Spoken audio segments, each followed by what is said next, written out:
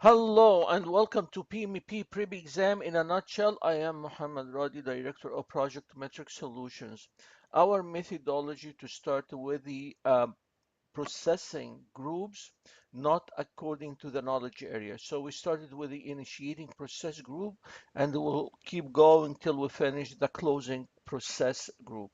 Last session, we have done lots of project management plan. We got the scope management plan, we got the requirement management plan, scope baseline. Then we need a schedule.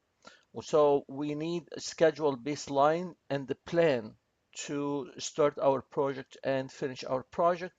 And the same thing could be said about the budget.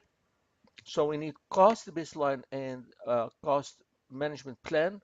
And then we then add some quality, so we need a plan for that and the process improvement plan. Then to accomplish this project, you need human resource, so you need a plan for that.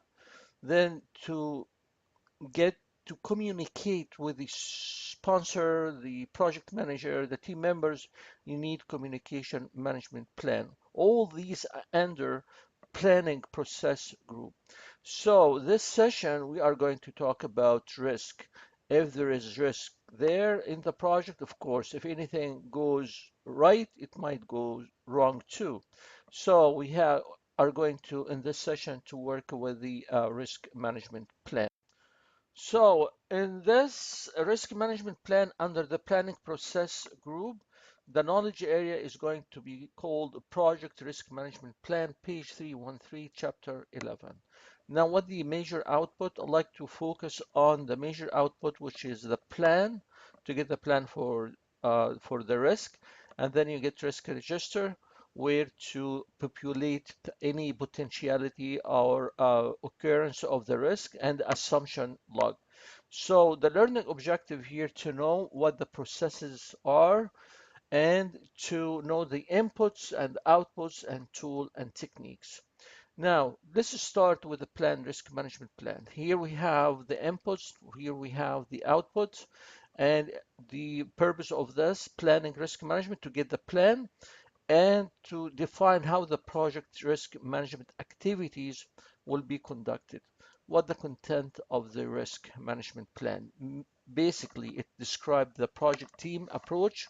So you have to mention what the roles and responsibilities of every team members, experts, stakeholders, sponsors, your role, who's going to identify, analyze, respond to monitor and control risk.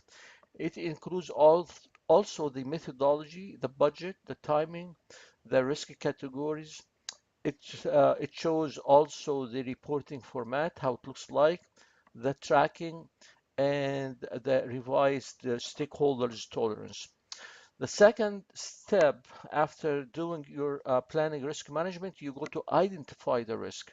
When you identify the risk, so I'm sorry, for the planning risk management plan, you finish with the output, and it shows. I'd like you to focus on the figure 11-4, table 11-1, and page 318 and 331.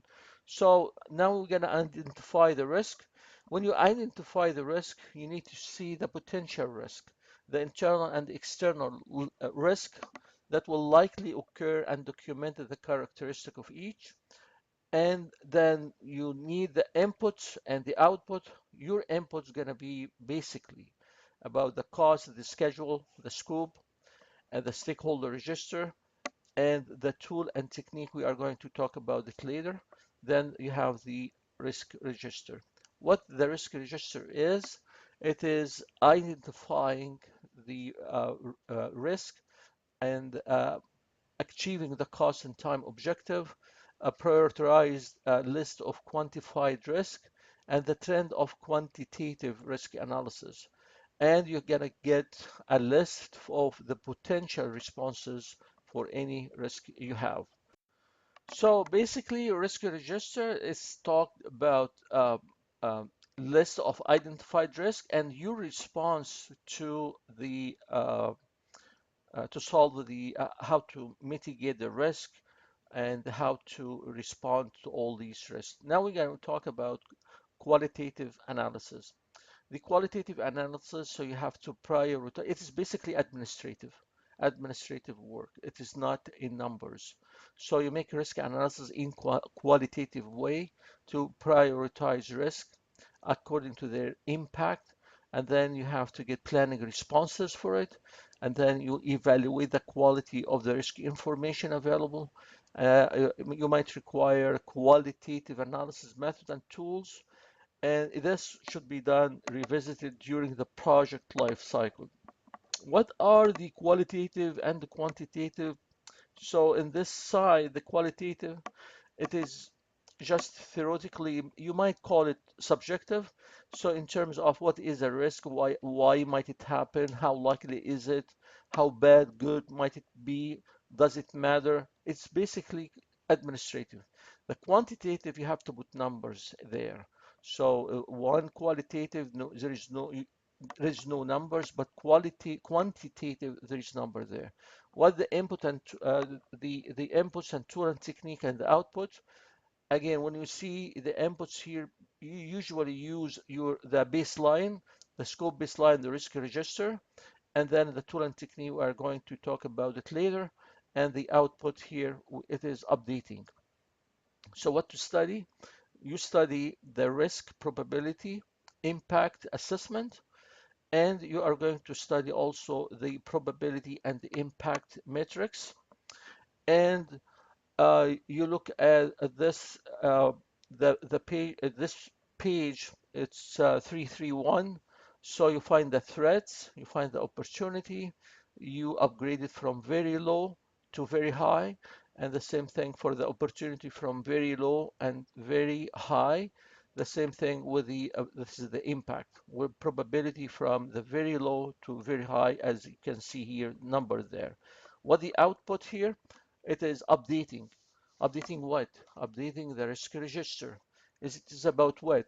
To identify the risk, the ranking, the categories, the causes, the watch list, low priority, and then the probability of achieving cost and time objectives, and then the trend in quantitative risk analysis. And so it is two things, the risk register and assumption log. Now we're gonna go to perform quantitative numbers. You are looking for numbers. It measures the probability and the consequences of risk. It evaluates risk interaction. It uses a set of structured tools. So again, what the inputs and the outputs, the inputs basically about the three basic line. So cost management plan, the schedule management plan, plus the baseline and risk register and risk management plan. Tool and technique here focus on these two, and the output updating. So what to study? You study the data gathering. You go to page 336. You will see table there, and you'll find the word interviewing. Look at it. And then the probability distribution. Look at the triangular and the beta distribution, page 337.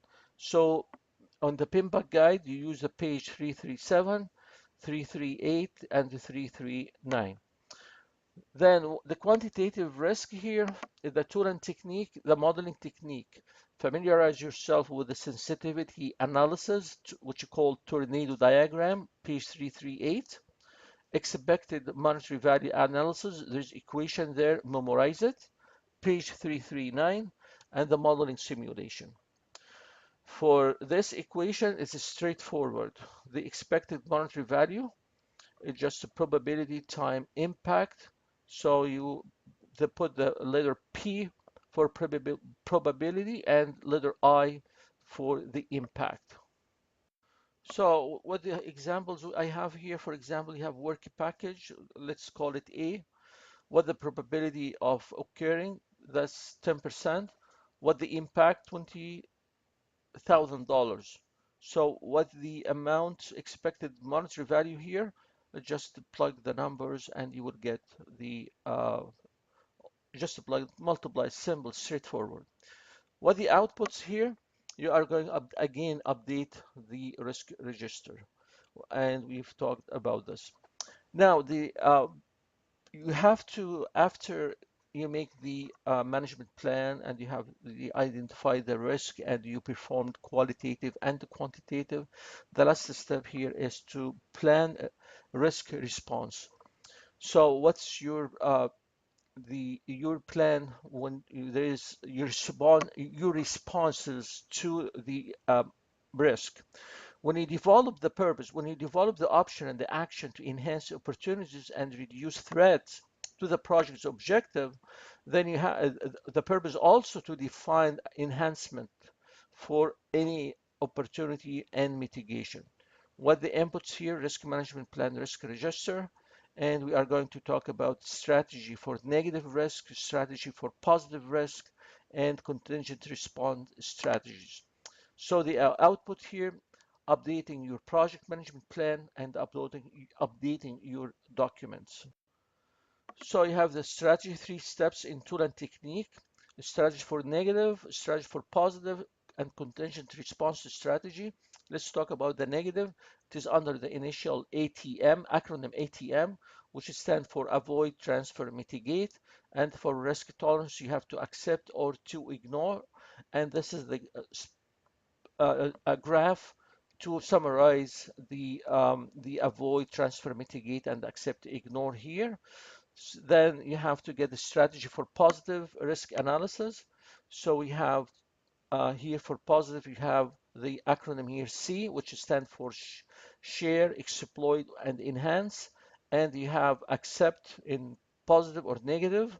So in accept positive, so you have to, that require conditional action called contingent response. For the passive, it's acceptance that require no action. Then the last step here is the contingent response analysis. Now, what the output here? The output is updating your schedule management plan, the cost management plan, the baseline, and the quality management plan, human resource management plan, and then you update the documents about assumption log, technical documentation, and the change request. Now, what's our next video? Our next video is going to talk about the procurement, how to go after planning risk response. You have to work as planning, to think of planning procurement management, and to know all the processes in the processing group. If you like my video, please subscribe and share and go to projectmetricsolution.com and go for resources and download any links useful for you. Thank you. See you next time. Bye.